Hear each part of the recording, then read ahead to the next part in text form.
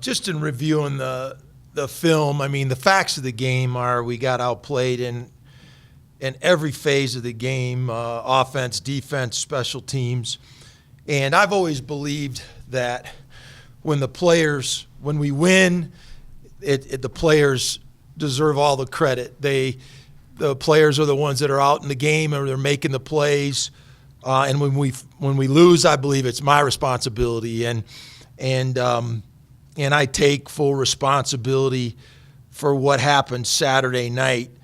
One of the things about the game and about our football team that's a real challenge. Every team has different personality, and the personality of our football team is we just have been inconsistent in our mental toughness and our physicality.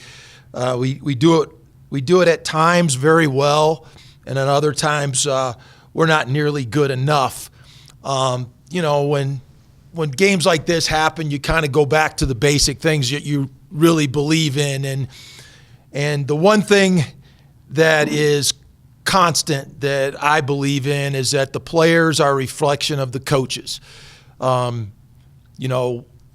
want our players to reflect the things that we believe in as coaches. That's position coaches and head coach. And Jim Mora taught me that with the Colts. So if a guy's not doing what you're asking him to do, then we need to put somebody else in. And, we've had some players that have had some opportunities to do some things the way we're asking them to do. And we may have to make some changes as we move forward. I think that's really, really important. I think the other thing that's important to note is that, there's an old saying, mental toughness is doing the right thing for the team when it's not necessarily the right thing for you. And that's a really hard thing for young people to understand today. There's so many examples of what's good for me, what's in it for me. Many of the rules that are being created are created to encourage that kind of mindset. And so we have to fight it. We have to fight it as coaches. We have to fight it as a team. And it's a daily struggle for us. We got a bye week right now, and really important for us to get healthy. We lost a couple of good players on Saturday, and Jake Nelson broke his arm. Dalen Johnson also broke his arm. Really unusual to lose two players with that type of injury in the same game, but we did on Saturday. So we got to get healthy. We're going to go back and look at 5 games of self-scout, see what things we're doing well, see what things that we need to improve on as a team, and we'll do that this week as well. We'll practice till Thursday, and the coaches will go on the road and recruit. Really important that we do that. As college coaches, it's our job to recruit talent that can help us win championships and then develop that talent. Our jobs are pretty simple, and so we have to continue that, go on the road and identify and bring in great kids that can help us win. And so we'll do that this weekend, and our kids will have off Friday, Saturday, and Sunday, and we'll come back next week and recharge and get ready for San Jose State. But we have to be realistic. It's Tell the Truth Monday, and it's not a very bright Monday down at Cashel Fieldhouse. We did not have a very pleasant morning, but we did tell the truth, and I think everybody understands exactly what happened Saturday and what needs to change. Coach, you mentioned mental toughness. How do you go about coaching that up, or can you really with players? I think it's just important that you that players understand what's expected of them, and you have to prepare a certain way, and then you have to go into every game with a certain mindset. And it's a challenge today. I mean, our kids are so comfortable in everything that they do. They have everything at their access, at their fingertips. They're constantly on their phones. And it's a challenge. It's a challenge because the mindset of today's kid is so comfortable and immediate that you're constantly fighting for their thought process. So I don't think it's just a challenge that's unique to Nevada. I think it's it's a challenge that is everywhere, and we have to continue to fight for our kids' attention and make sure that we're prepared for a fight. I really don't know how good Hawaii is. I think Hawaii came in here, then they were expecting us to fight and compete and give them some resistance, and we didn't. We just didn't. And I have to give them credit. They're a good football team, but I really don't know how good they are because we did not give them any fight, and that's disappointing to us. So we the one thing that my old coach told me is that the one thing in football, everybody's got problems. We're not the only one, and it's just how we address those and move forward that will determine the type of year that we have. So. We're determined to do that. We're going to work on the issues that we need to address, and we also are mindful that there are a lot of other teams out there that have similar issues that they're dealing with. So we've got enough good players to have a good season, and so we got to build on that and then keep working on what's important for the football team. And I also want to say this, that changes as the year goes on. We've lost some good players. Our team's a little bit different than it was a month ago. And so we have to look at that and see what we need to do to win with the players that we have available. You look at that Purdue game, you guys did have that fight. You did make the big plays to get back into it against Oregon in a way that hasn't happened. I guess how would you explain how the team had fight in one game and then just in two others it seems like they haven't? Well, that's a really good question. And I don't know that I have a great answer, to be honest with you. I mean, we really hang our hat on consistency in the things we believe in a certain way of practicing. We believe in a certain way of meeting, and it stays consistent, and that hasn't changed. I think we have to be really conscious of a coaching staff of the little things. And there's little things that creep in, and you have to be conscious of it. And, how guys are on pregame, how guys are on Fridays, the things they're thinking about, the things that we emphasize. I'm always conscious about, guys' attention in meetings and all the little things add up to game day. So, it's just a reinforcement of all those things. We have a job as coaches of getting the kind of response from our players that we want, and that comes from competitiveness and effort as well. I've been around a long time, and one of the things that you're not supposed to be. Every play. Let me word this properly. Every player is responsible for his own effort and his own physicality and toughness, and there's a player responsibility in that as well. And so, I'm disappointed that we haven't had more consistent mental toughness and more consistent physicality. We've had it at times, but we need to continue to press to get it on a consistent basis. Have you had an issue with the effort of the players, or specifically? I don't think so. I don't think it's been a problem with effort. I just don't think we collectively brought the fight. We got beat in every statistical category, and so what that means is that we weren't doing anything very well, and that's what we have to live with. It's not a good feeling. It's not a good taste in your mouth as a coach to live with that type of performance, but we have to do things that change that.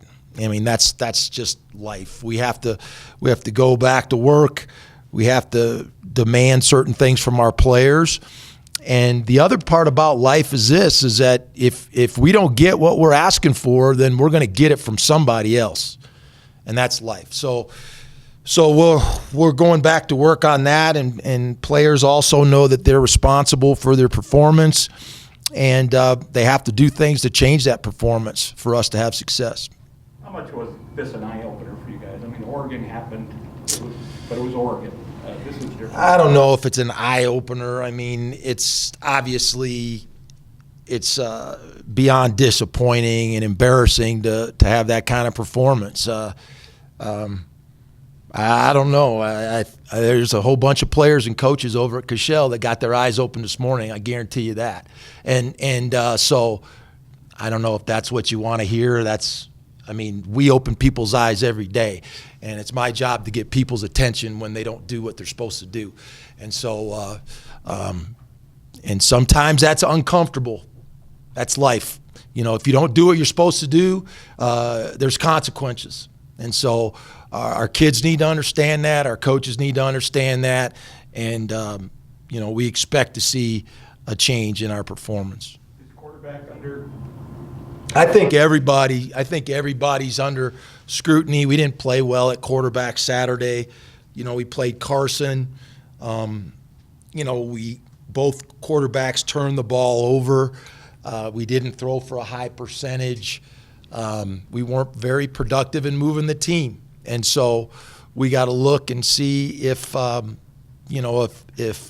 getting the right type of play and production. And we have to look at our team today and see what we are capable of doing.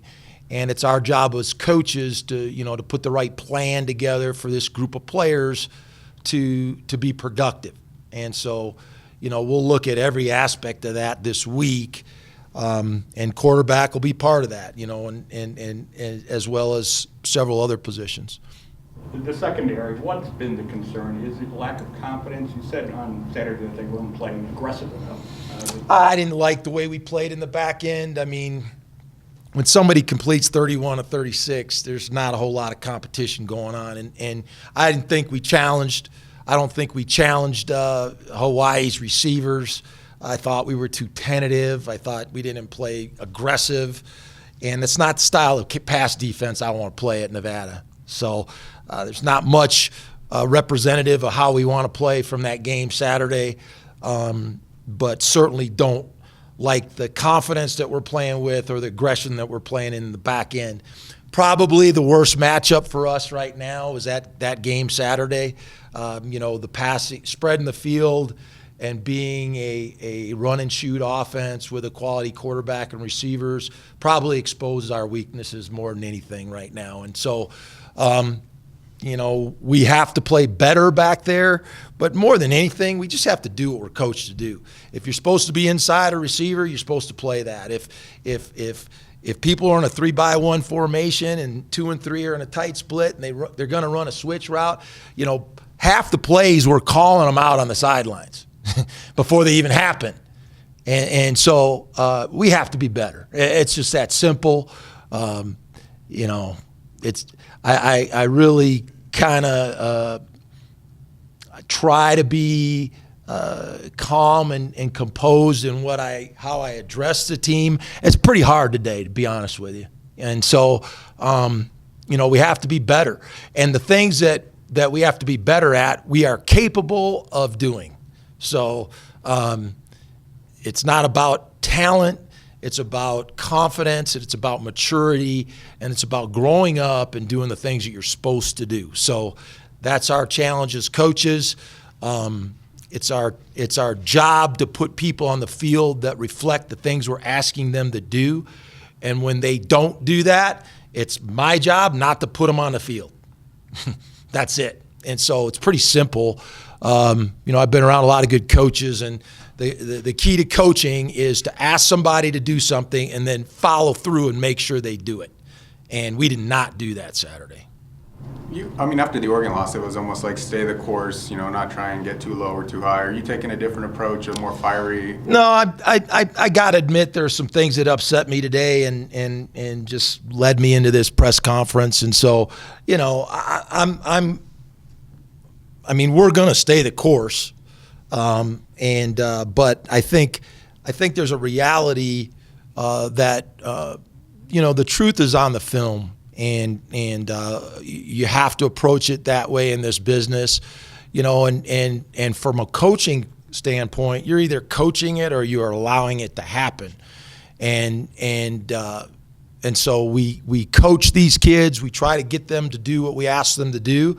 And we give them some time to understand that and get the reps to do it. But when we continue to see the same performance from some kids, we got to make a change, and that's just the way it is. And sometimes, you don't have the liberty because of depth or roster to play too many other people.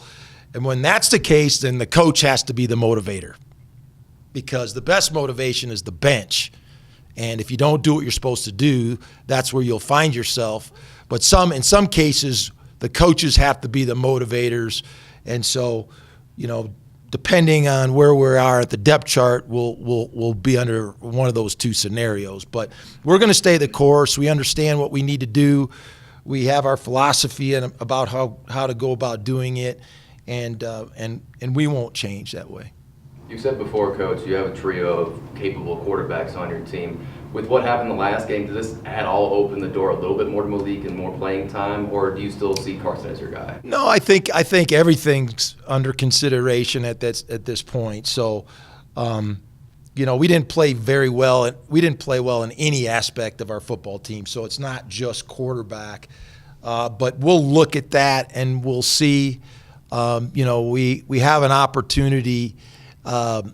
At this point of the year, this is when teams start to establish their play, and we need to do that. And obviously, we need to look at whose skills give us the best opportunity at quarterback to move the football and score points. And in every decision that we make, it's my job to make the decision what's best for the football team. And so we will make those decisions and we will move forward. And we have a week, we have 2 weeks to figure that out. And so we want to make the best decision for the guys. And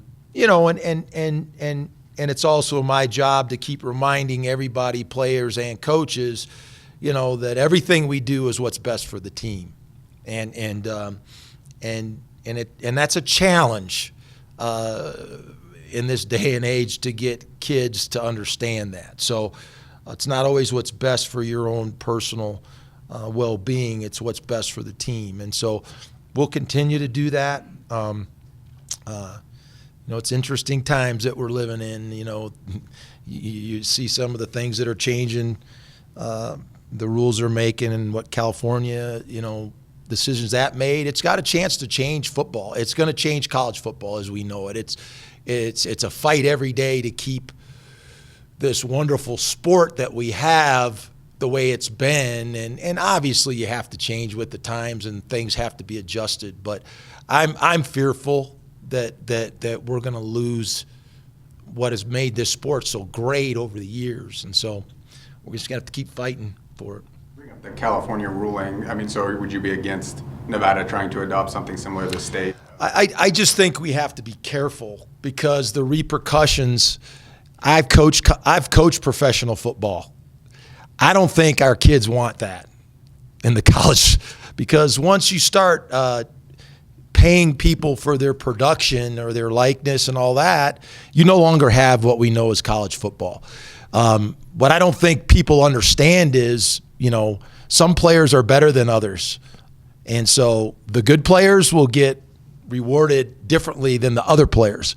And, it's going to affect what athletics looks like on a college campus because of the revenue that's brought in. So it's very different. And everybody thinks about, the All-American players and the players that we see on TV, but they don't think of the journeyman kid that gets up every day and is studying hard and getting a college education. And it's going to affect how their college experience completely. Professional sports are different than college sports.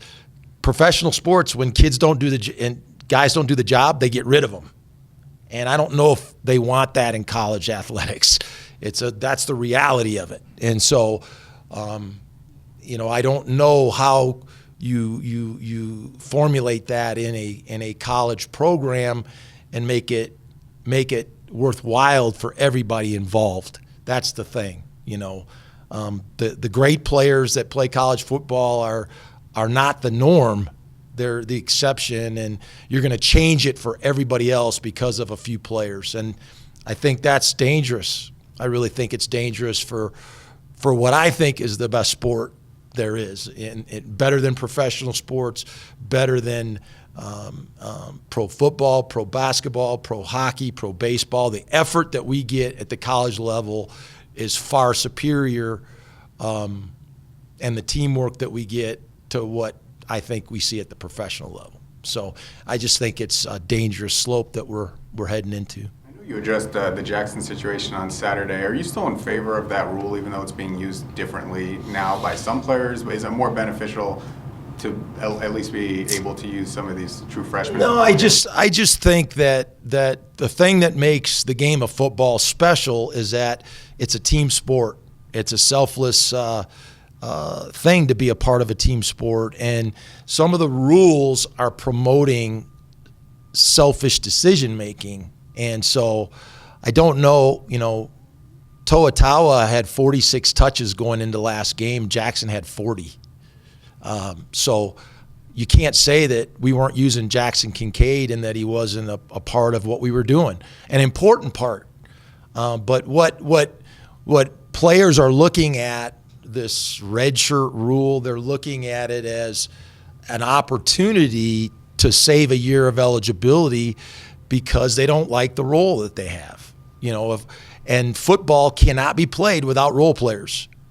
You cannot play the game of football without people that play special teams, that play, have a role in certain packages. And so, everybody's not going to start. Everybody's not going to be the statistical leader in the conference. And so those are the things we fight as coaches, and we try to get people to understand, the value of team and sacrificing for your teammates. So it's the same thing going on everywhere. I mean, we're not the only ones dealing with it, but I think it's dangerous. I think there's going to be academic implications when kids decide to just stop playing in the middle of the season, because all those kids are not going to do what they're supposed to do academically. People forget that we monitor these players every day, their academics.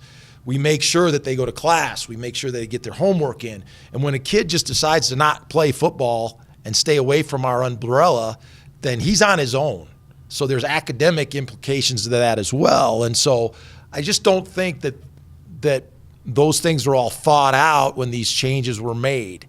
And there's always unexpected repercussions to rule changes, and it's certainly one of them. I mean, the redshirt rule was not put in place for a guy that was playing and making a significant role to the team to decide not to play anymore after 4 games, or because the season wasn't going the way they wanted it to. That was not the reason for the redshirt rule. And so, I don't know. I don't mean to be on my soapbox, but I've made a life in college football, and I really appreciate what the game has done for me in my life. And I think we're losing it. I really do. I don't like the changes that are happening, and I hope cooler heads will prevail, and will make some rules that protect what has made this game great. No matter who plays quarterback moving forward, are you in the mindset that the offense has to be simplified, maybe kind of narrowed down a little bit?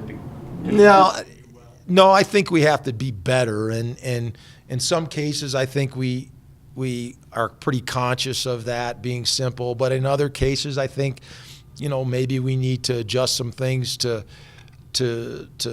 I don't want to say make it complicated, but make it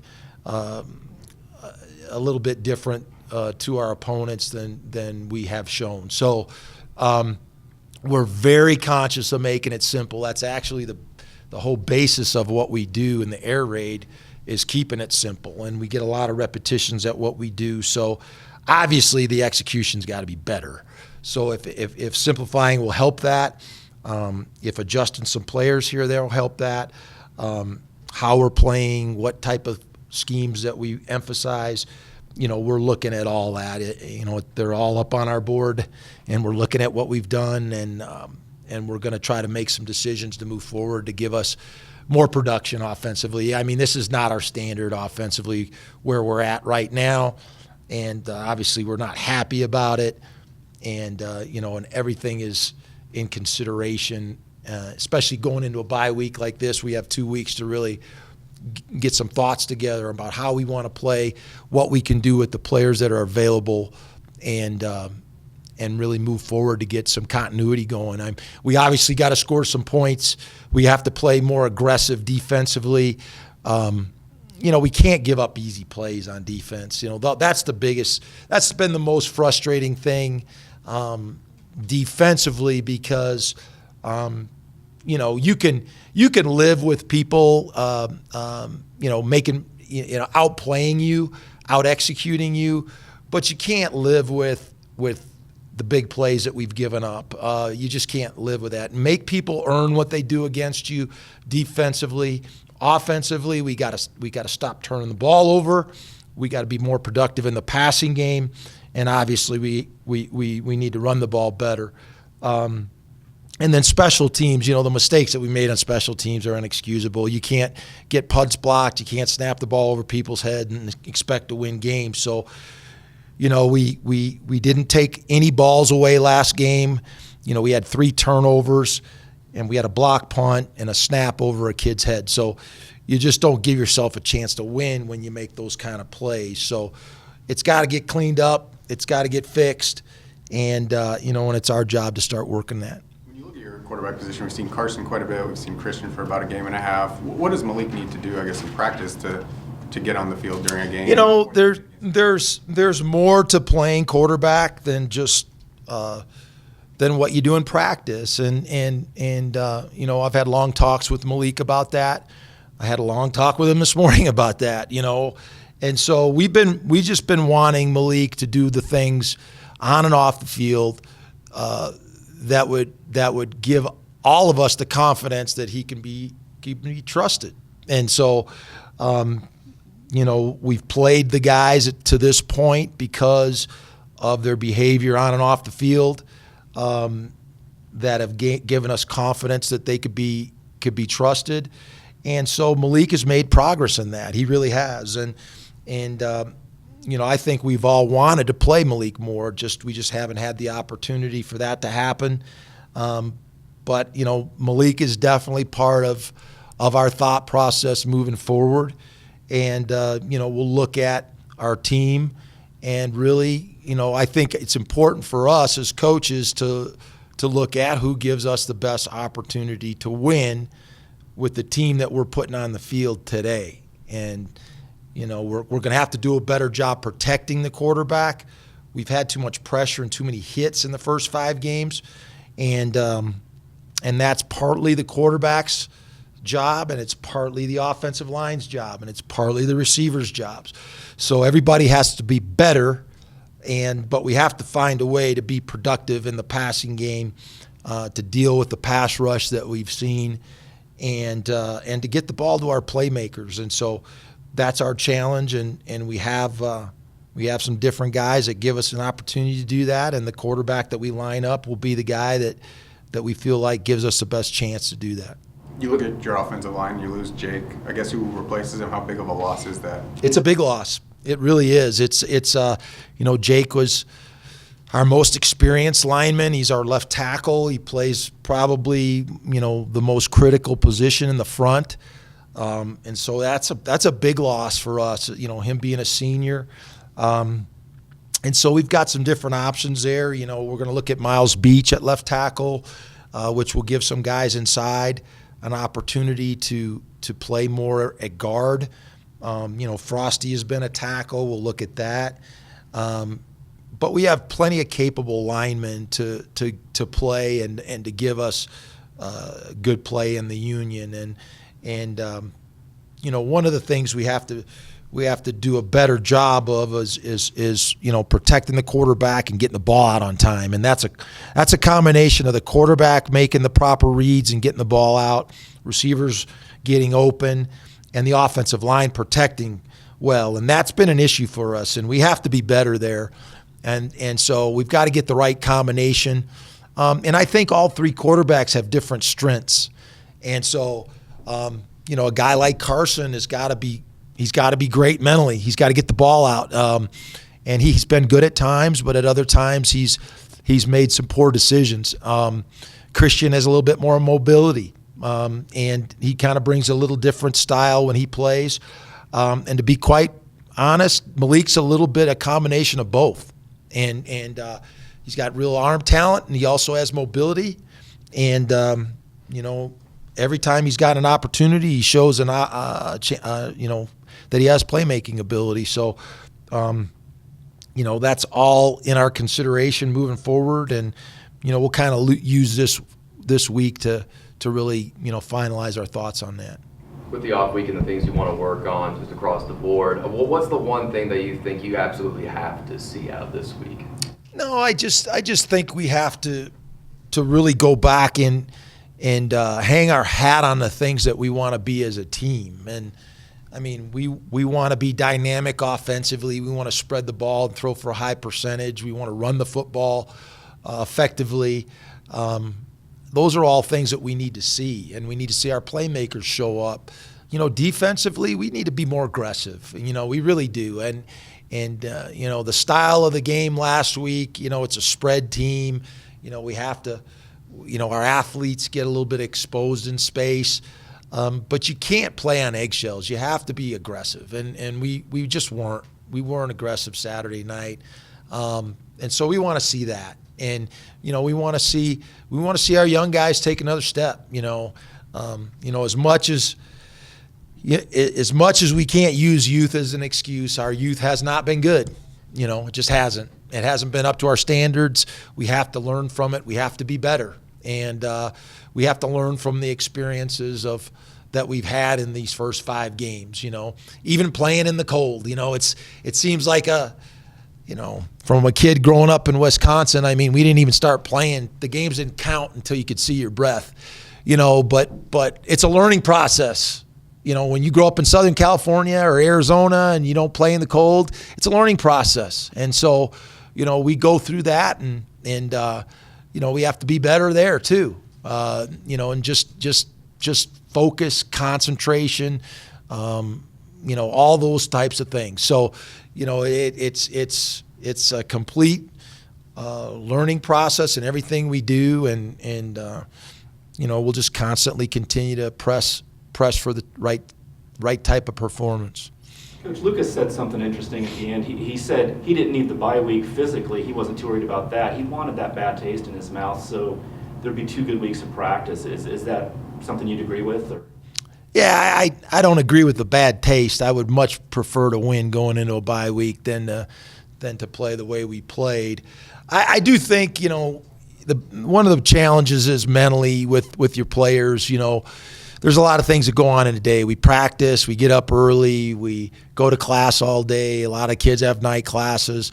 Getting rest and the mental strain of the season, you can't ignore it, and you have to be conscious of it. And we look for ways to refresh our players both physically and mentally, and and we'll do that this week. I mean, we're like everybody. We're a little bit beat up right now after playing 5 games, and we have to get freshened up and get that pep back in our step. But the same thing mentally, we have to get refreshed mentally, and so that's something that we constantly are trying to stay in touch with our guys. We communicate with them a lot. What we eat, what we keeping fluids in our system, and then getting the proper rest is really important this time of year to be able to play your best on Saturday night. So those are all things that we'll be conscious of this week, and we'll try to get them a bounce back with the schedule. You mentioned all things on the table. I mean, have you thought at all about you taking over play calling, or is that not something that you've really? No, I'm really involved in play calling anyway. So, the one thing, that I've called plays in the past, and I love calling plays. But no, I think it's more about just us executing the things that we practice. And I'm very involved in the game plan. I'm very involved in situations on the field, the important situations. I just think it's my responsibility to be in touch and in tune with those during a game. And so, we have a great communication on offense with Matt, and I got every confidence in him. So we'll just continue to do the things. You know, it's kind of a interesting dynamic. You know, we played three. If you take the 3 games that we won and the 2 games that we lost, they're completely different contrasts. And the truth of our football team is somewhere in the middle of those games. But we really have to be more consistent. We have to be able to hang our hat on certain things offensively, and like I said earlier, you know, this is not our standard offensively. And we need to get back. We got plenty of season to get into a rhythm and play the way that we're capable of, and we've got to just get back to that. How important is it just to find the quarterback, stick with him, let him play all year for the whole team? I don't know. It's the same old thing. I mean, you know, it's until you have an established quarterback, you're looking for that. And you know, we do have guys that are all capable, I feel, of helping us win. You know, obviously, when you don't play well, you look more critically at that. But we would like to get consistency at that position. You know, we don't like to have a revolving door at quarterback.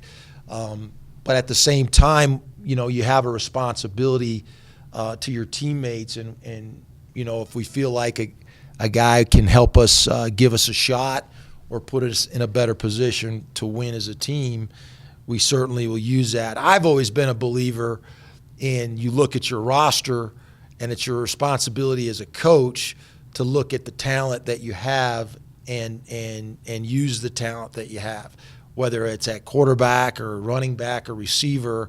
We try to put the best plan on the field to utilize the talent that we have on our roster. So that's no different at quarterback, you know, and we'll keep pressing that and looking at the different opportunities we can use with the talent that we have and giving guys an opportunity to play. Where's Malik's knowledge of the offense right now? He's improved. You know, he hasn't been where some of the other guys have been just because he hasn't been here as long. But it's improved, and he's a smart player. He's an intelligent kid. He has a good football mind on him, and you know, he understands the game, which is probably the most important part of playing the position. And you know, we've really impressed upon him the things that we need him to do to play the position here at Nevada, and that's being responsible. That's being the kind of person in the classroom and off the field that can be dependable and accountable. And so those are part of playing the position. The standards for being a quarterback are higher than the other positions. It just is. It always has been, and it always will be here. So he's made a lot of progress in those areas, and you know, and we're anxious to see him continue to improve. Anything else for Coach? Thanks.